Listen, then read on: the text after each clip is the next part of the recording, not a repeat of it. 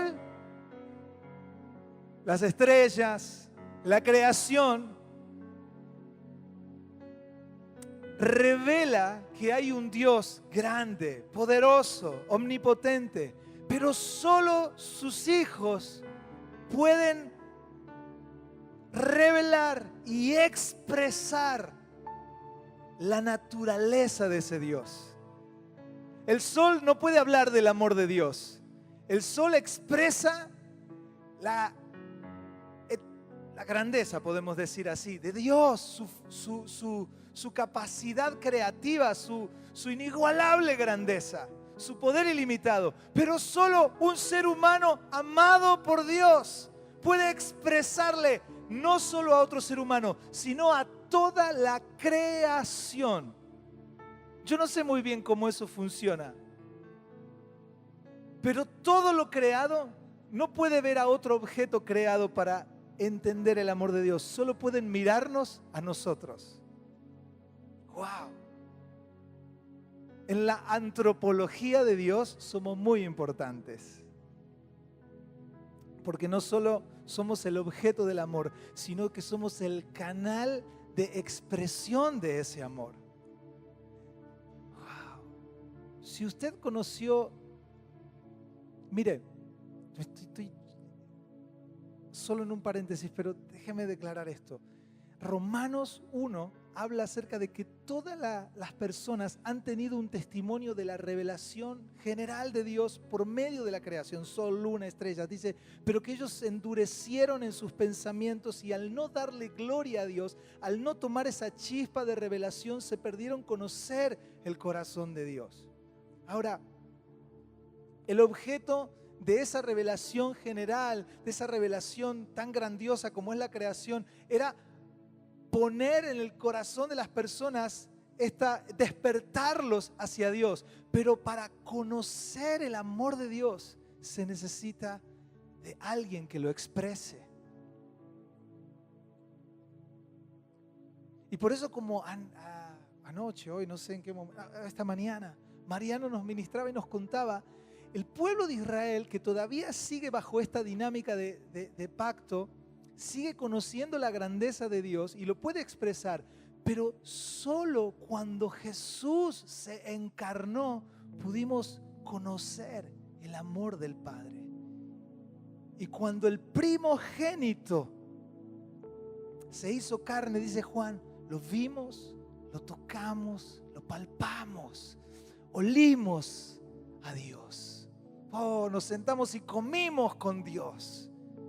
Fuimos amados por alguien que la gente lo conoció como el carpintero, pero el Espíritu Santo abrió nuestros ojos y vimos a Dios. Y lo vimos a través, dice Juan, escribiendo en capítulo 1 en su evangelio, dice, y vimos la gracia y la verdad. Mira, y quiero decirte esto. A todo el universo, para que puedan conocer el amor de Dios, necesitan ver a un hijo de Dios. Somos tan importantes para el corazón de Dios, porque nadie en esta tierra va a conocer a Dios. Insisto esto, en la grandeza de Dios lo puede conocer, pero ser amado por Dios, eso se imparte de hijos, por medio de los hijos. Así como Jesús expresó el amor de Dios, ahora nosotros envasamos ese amor, estamos llenos de ese amor y expresamos ese amor a la tierra, al universo, a las personas. Aún los ángeles, aún otros seres creados, como esta mañana aprendíamos. Es tremendo el poder profético que hay cuando amamos intensamente, fervientemente a Dios. Todo el universo pone, es como una luz que se enciende en la oscuridad. Yo me imagino el universo oscuro, como esas fotos de la NASA cuando uno sale, que ve todo oscuro en el universo y de repente como que todo el universo detecta en el espíritu una luz, un fuego que se enciende. Es un hijo amando con todo su corazón, con toda su alma, con toda su mente. Y por eso es tan profético que a veces, miren, yo conozco gente en nuestra comunidad local que no sabía leer, no sabía escribir, a duras penas entendía los mensajes complicados, pero tenían algo tan profético: amar. Y aunque no sabían leer y escribir, ese amor sanó a tantas personas, activó tantas cosas en otros. Ese amor movilizó tantas cosas en el mundo espiritual. Por eso lo que nosotros a veces ponemos la atención en adquirir más cosas. Pero hay algo tan profético en amar a Dios y en amar lo que Él ama, las personas.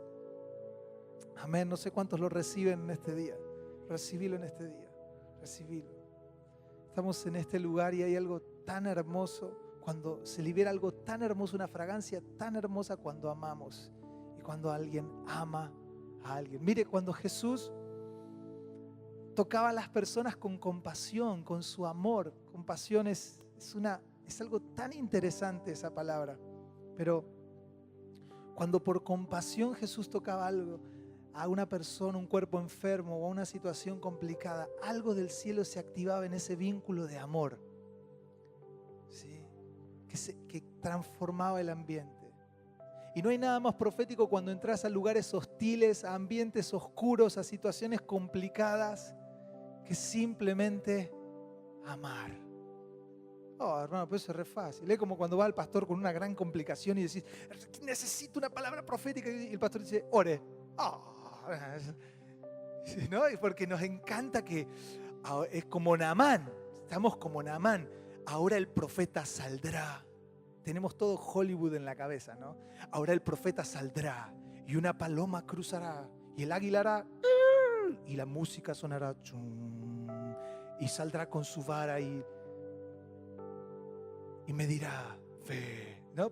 Y esa es toda la película que tenemos en la cabeza. Y sale y le manda un WhatsApp, métete al Jordán.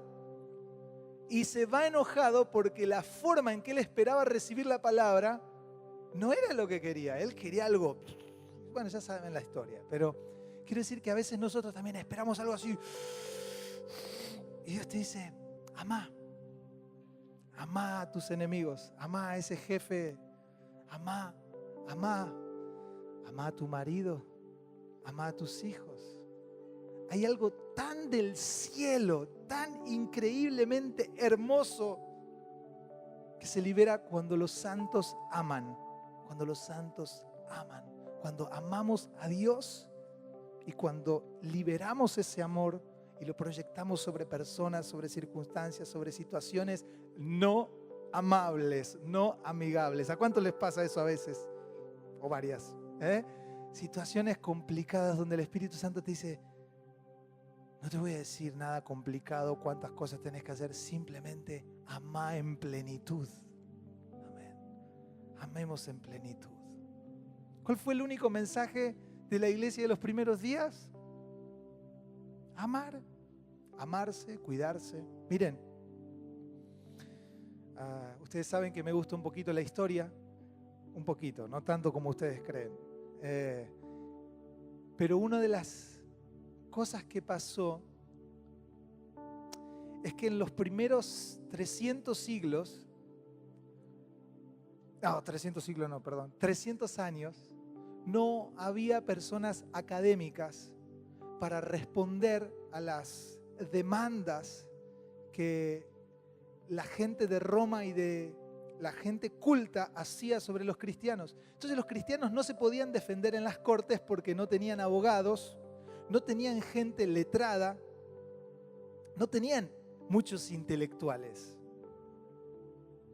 Había unos poquitos y los primeros empiezan a aparecer allá por el 200, por el 150, 200. Los primeros que se llaman los apologistas, ustedes los pueden buscar. Justino Mártir, Policarpo. Bueno, es toda una generación que ellos empiezan a presentar defensa de una manera intelectual. Pero déjeme solo decirle esto.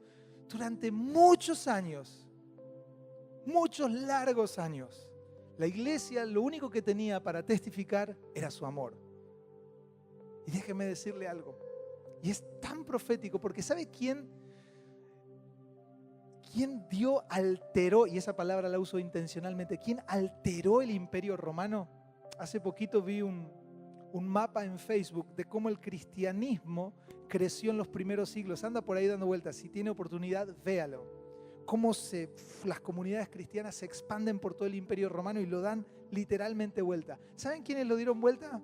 Los esclavos, los niños, las mujeres, las planchadoras, los limpiadores, la gente simple, común y corriente, que no tenía grandes cosas para decir porque muchos no sabían leer ni escribir y venían de la esclavitud, eran hijos de esclavos, de hijos de esclavos, de hijos de esclavos, no tenían ninguna formación, pero tenían un conocimiento de Jesús tan profundo y un amor tan palpable que la gente argumentaba y argumentaba, pero llegaba a un punto donde decían, esto es real, esto no lo podemos destruir con argumentos. Y todas las cosas se destruían ante ese amor. Y quiero decirte que aunque nosotros podamos presentar grandes defensas, hacer grandes mensajes, grandes presentaciones, poner grandes canciones, no, porque ahora antes no teníamos, por ejemplo, en los 70, en los 80, no teníamos buenas bandas, pero ahora el sonido que tenemos y las cosas que tenemos, ahora hemos crecido, podemos hacer algo excelente, decimos nosotros. Pero si no tenemos amor, no tenemos nada. Solo somos ruido, molesto. Y el mundo está cansado de eso. Las personas lo detectan. Pero cuando hay alguien que se enciende en amor por Jesús, en amor por Dios y en liberar ese amor en el ambiente que sea, una persona que le cree a Dios, que amando se establece el cielo, ahí puede pasar cualquier cosa. Mire, las personas que limpiaban las casas de los poderosos, de muchos de los emperadores de Roma, todos eran cristianos. Y empezaron a ganar a las esposas de los emperadores, a los hijos de los políticos. De manera que después de un tiempo empezaron a llegar, estaban entre ellos porque decían, era irresistible ese amor. Aunque eran maltratados, burlados. Y hay algo insisto con eso, quiero que usted lo pueda tomar esa palabra. Hay algo tan profético en el amor, en amar a Dios y en amar a las personas. Y sé que esta casa trabaja mucho eso, ¿ya? Pero qué bueno que en este día, en este tiempo nos encendamos en amar al Señor Jesús como el Espíritu Santo lo está dando a conocer en este tiempo. Él abre nuevas ventanas de revelación, frescura, nos muestra a Cristo Jesús, así como lo hizo en Apocalipsis. Bueno, los chicos pueden ministrar mucho de eso. Dios les está mostrando cosas tremendas y hermosas. Pero miren, Apocalipsis fue casi en el último periodo que se escribió. Y se escribió, entre otras cosas, para revelar a Cristo. No solamente como el carpintero de Belén, el buena onda. No, sino para proyectar a Cristo en el corazón de los santos. Y despertar en el Espíritu, ¿sí?, la revelación de Cristo Jesús y amarlo y encenderlos en ese amor y en esa pasión para expresar en ese momento tan difícil que estaba la iglesia, encenderse en amor. Antes de venirme aquí, fui impactado por una palabra que usa la Biblia en 3 ocasiones: fervientes. Y es una perspectiva sobre los santos. Hay algo que está entre los santos y la palabra de Dios nos exhorta a eso, a amar fervientemente.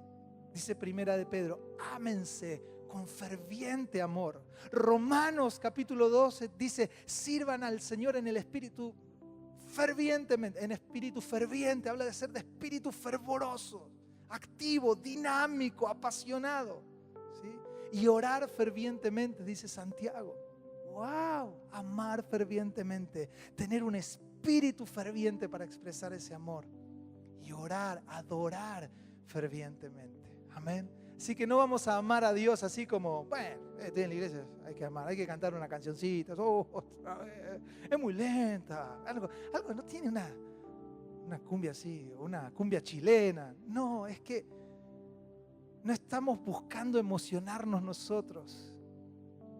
Queremos ministrar el corazón de Dios, nos atrae su revelación. ¿Cuántos entienden lo que estoy diciendo? Amén. Por eso quiero decirle, yo sé que ustedes trabajan mucho con la gente y que tienen un gran anhelo de ser bendición para esta ciudad, ¿o no?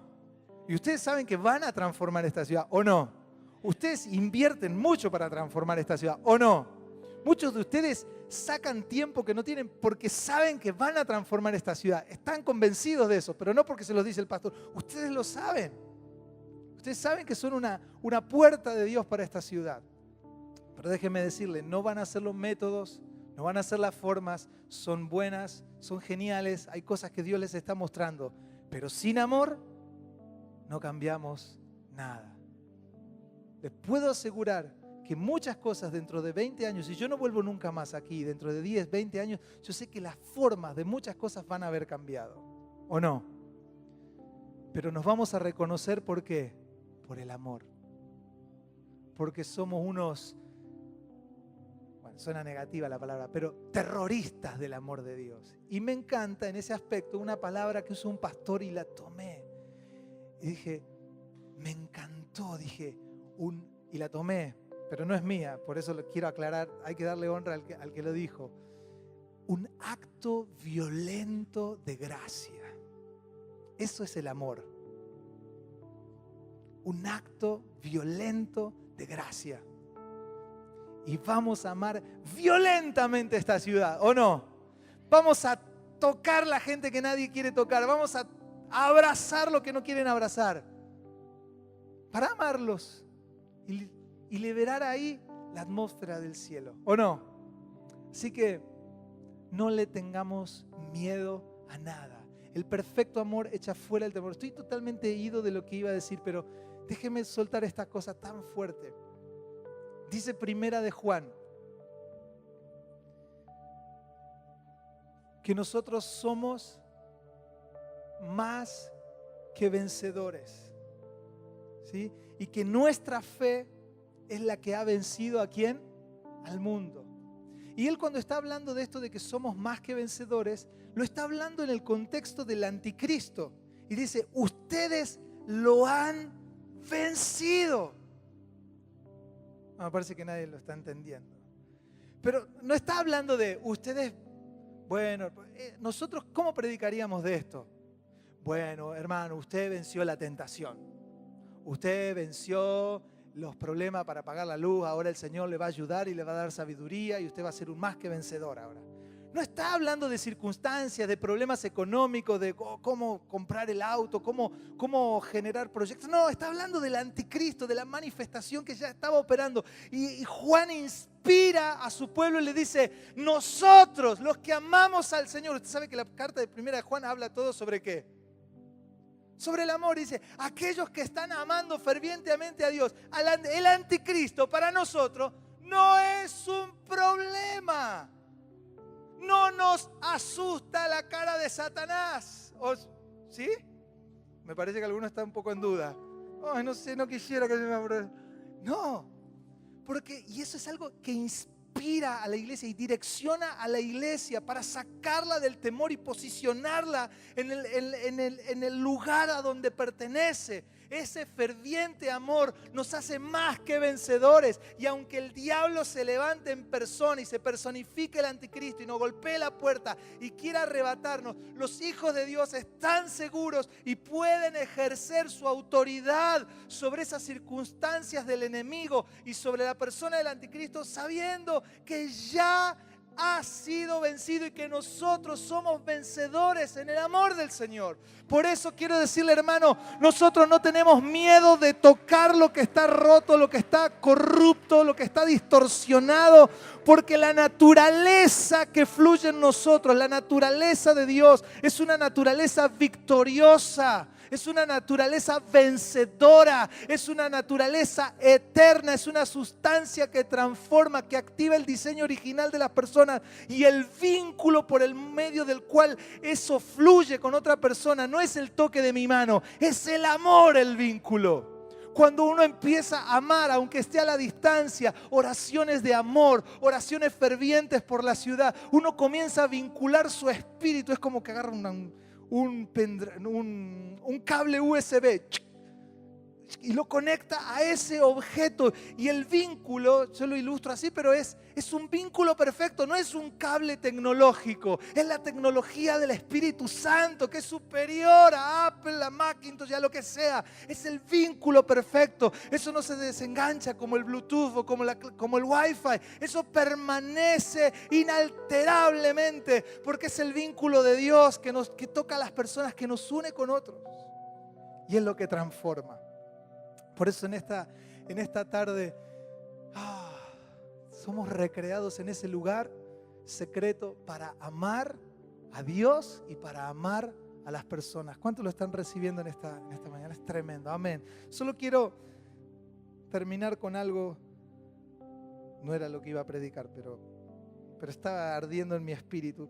Y quiero llevarlos a Hebreos capítulo 5. Haré breve lo que tengo para decirles.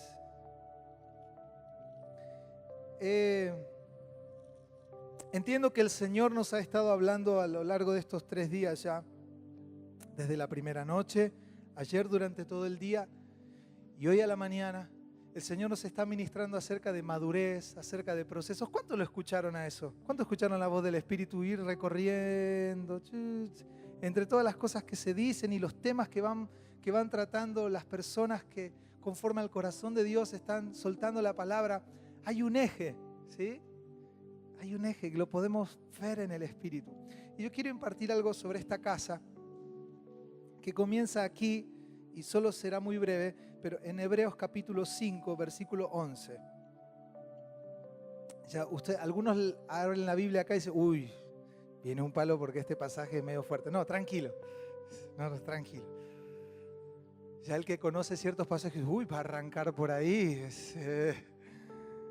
No, pero tranquilo. Dice, acerca de esto tenemos mucho que decir y difícil de explicar, por cuanto os habéis hecho, ¿qué cosa? Tardos para oír. Porque debiendo ser ya maestros después de tanto tiempo, tenéis necesidad de que os vuelva a enseñar cuáles son los primeros rudimentos de las palabras de Dios. Y habéis llegado a ser tales que tenéis la necesidad de leche y no de alimento sólido. Y todo aquel que participa de la leche es inexperto en la palabra de justicia, porque es, ¿qué cosa? Niño. Pero el alimento sólido es para los que han alcanzado madurez, para los que por el uso tienen los sentidos ejercitados en el discernimiento del bien y del mal. Quiero ir directo a la palabra, a lo que el Señor puso en mi corazón. Este es un tiempo donde Dios nos está procesando para madurar. La palabra madurar que esta mañana estaba ministrando Dai, la palabra perfecto, la palabra madurez, tiene que ver con, la palabra original en griego es telios, y tiene que ver con el pleno desarrollo de algo. Por eso es que nosotros cuando agarramos una ciruela que está verde, y la comemos y dice, uy, no está, no sé, ciruela conocen acá, o una manzana verde, no hay manzana verde, una fruta que no está madura, decimos no, decimos eso, no está madura, le falta todavía. Es decir, no ha llegado a la plenitud de su desarrollo.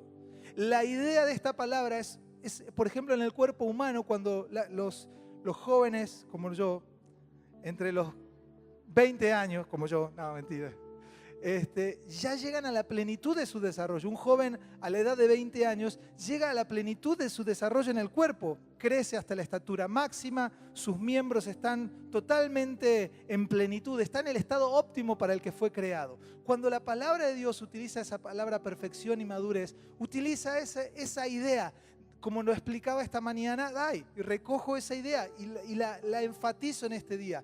Porque para Dios la perfección no tiene que ver con la ausencia de males, con la perfección moral, con la ausencia de pecados como los concebimos muchas veces, sino con el pleno desarrollo de la estatura de la plenitud de Cristo en nuestra vida. Y quiero decirle que esta mañana fuimos ministrados tan claramente por la palabra acerca de la niñez espiritual y acerca de la madurez. Entonces quiero impartir esta palabra acerca para ir creciendo en madurez. ¿Cómo podemos crecer en madurez? Porque muchas veces prolongamos los estadios de niñez. ¿Sí? Y nos quedamos en etapas por largo tiempo, como el pueblo de Israel. Recuerda, quedó mucho tiempo. Y viene en Deuteronomio el Señor y les dice, demasiado tiempo habéis estado en este monte. Hay un momento, ¿sí? Y sé que los pastores los conocen, donde muchas veces le decimos a la gente, hace demasiado que estás acá. Ya basta de festejar los cumpleaños con globito, fiestita, pelotero y saltarín. Es hora, ya tenés 34 años. No. Ya, no es como los padres cuando dicen a los chicos, bueno, querido, ya es hora de que te busques un trabajo, de que vayas pensando en un departamentito, ya tenés 45. ¡Oh! ¿No? Eso uno se lo dice en una edad más temprana, porque muchas veces en el cuerpo de Cristo nos pasa eso y permanecemos y perpetuamos estados de niñez donde no es posible desarrollar lo que Dios quiere encarnar en nuestra vida a causa de tener un cuerpo demasiado deficiente para los propósitos de Dios. Usted sabe que a un niño no lo manda a hacer un pozo, a trabajar en trabajos forzados porque su cuerpo no está desarrollado, ¿verdad? Ningún padre manda a su hijo a labores físicas que son muy forzosas porque su cuerpo no le da. Tampoco le exigimos a los chicos resolver ciertas problemáticas de la vida que por causa de madurez mental no están capacitados todavía. Y en el reino de los cielos pasa algo similar. Ahora, lo terrible de esta confrontación es lo que le dice el apóstol aquí. Viene desarrollando un tema tan profundo y llega un momento donde el apóstol, y yo entiendo que en esta casa muchas veces ha pasado y nos pasa por ahí, que hay revelaciones tan profundas de Dios, pero encontramos un límite.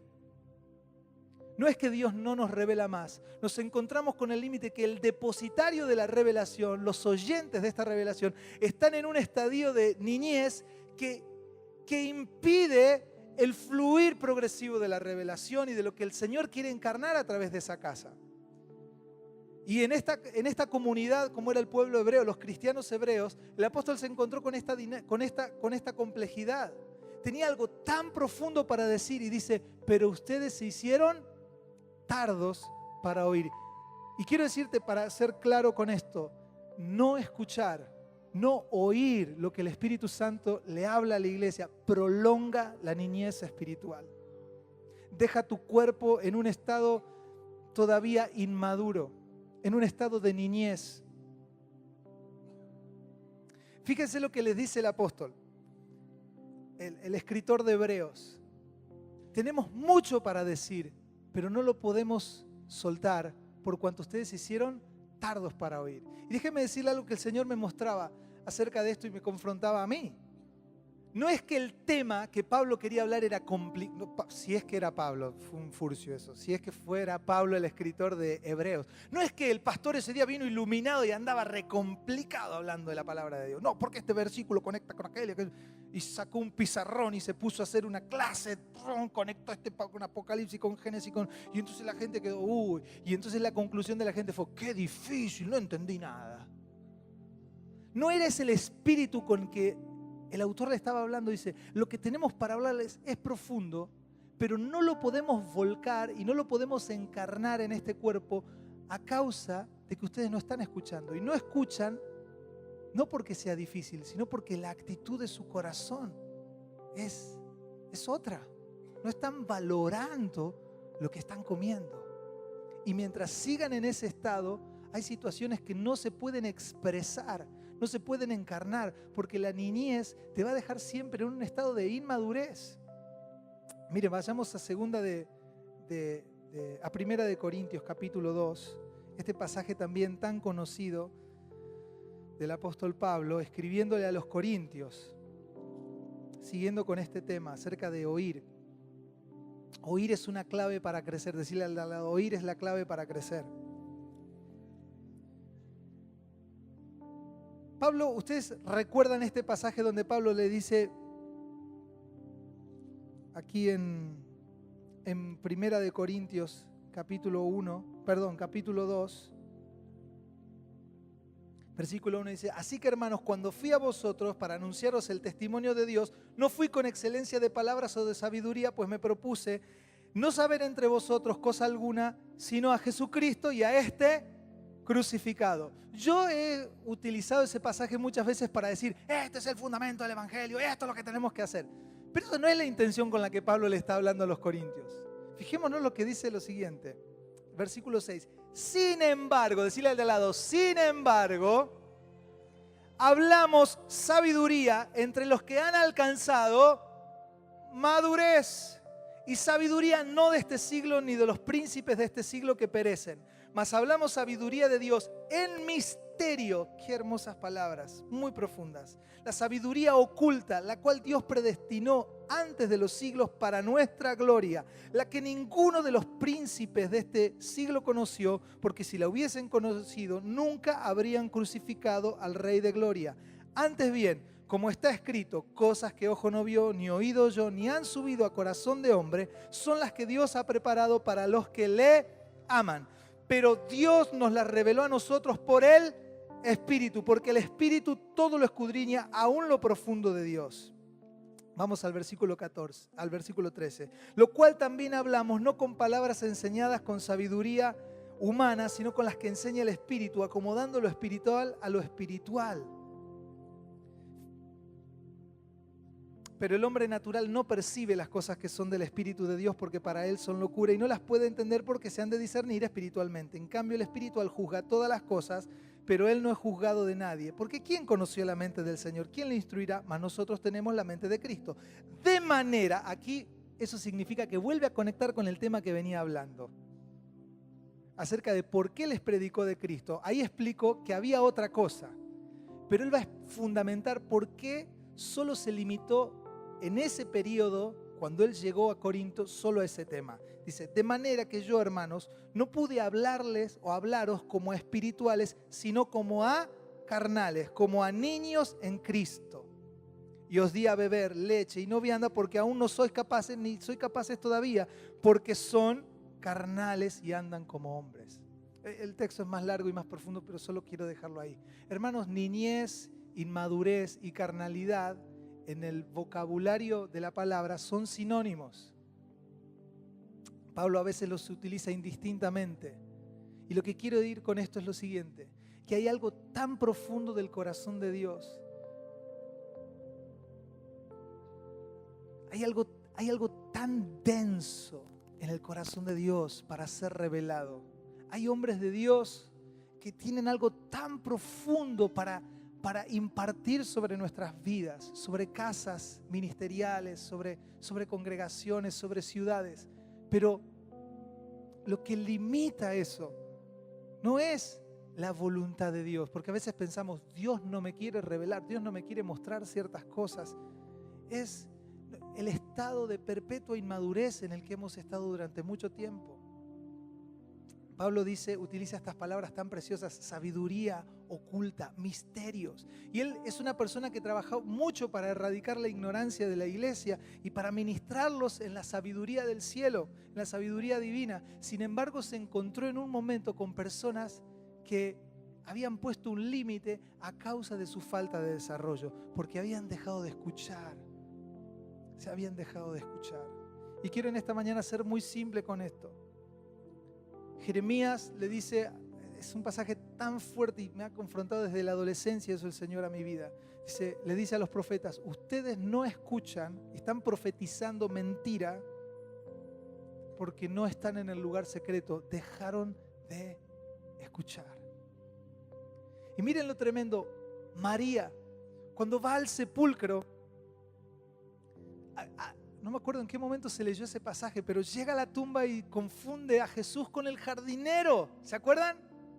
Y le dice, no, si te llevaste al maestro, ¿dónde lo pusieron?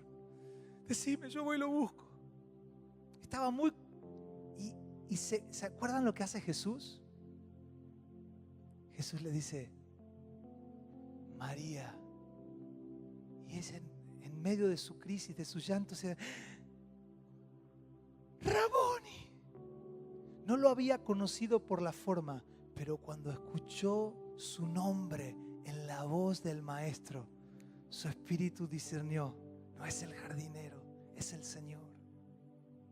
La voz activa los sentidos de tu espíritu para discernir la voz de Dios, no por las formas, no por los envases. Jesús cuando resucitó tenía otra forma, tal es así que nadie lo conocía.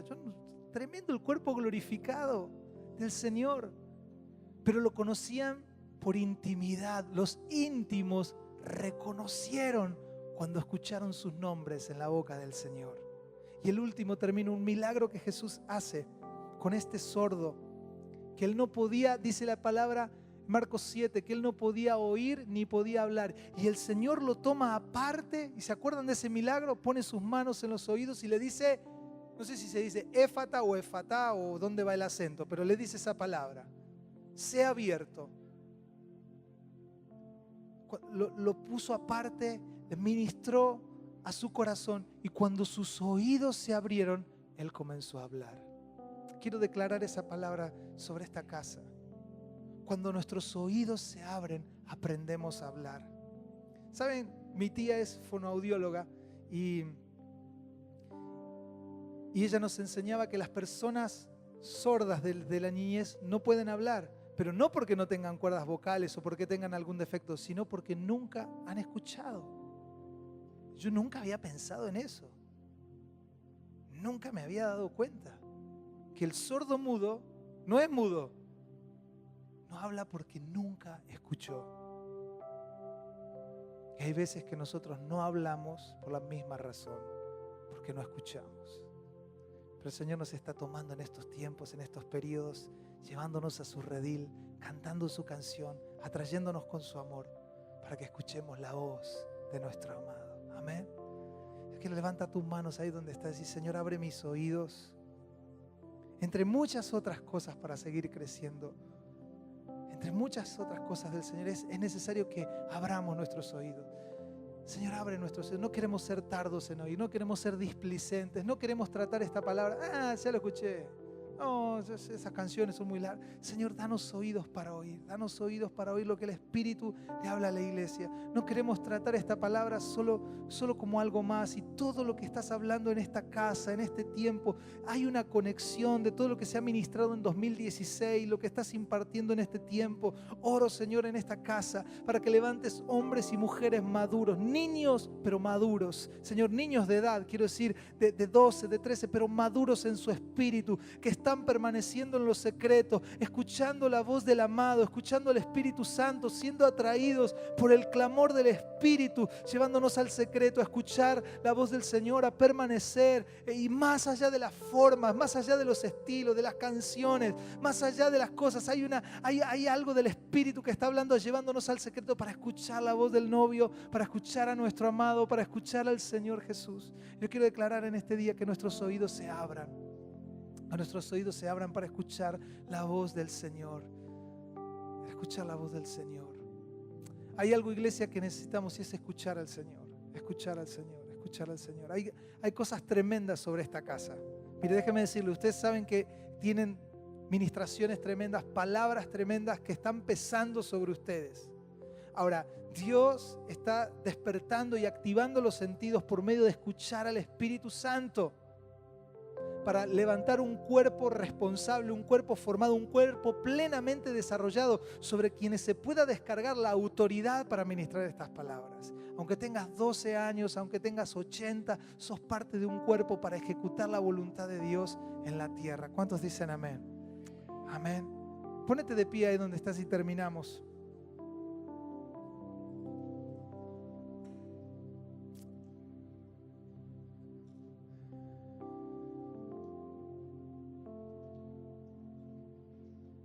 Vamos a escuchar tu voz, Señor, en estos días. Y lo que necesitamos para escuchar al Señor es a veces hacer silencio, aquietar el ruido que hay en nuestro interior para escuchar su voz. Aún a veces, ¿saben también para qué? Para disfrutar los silencios del Señor.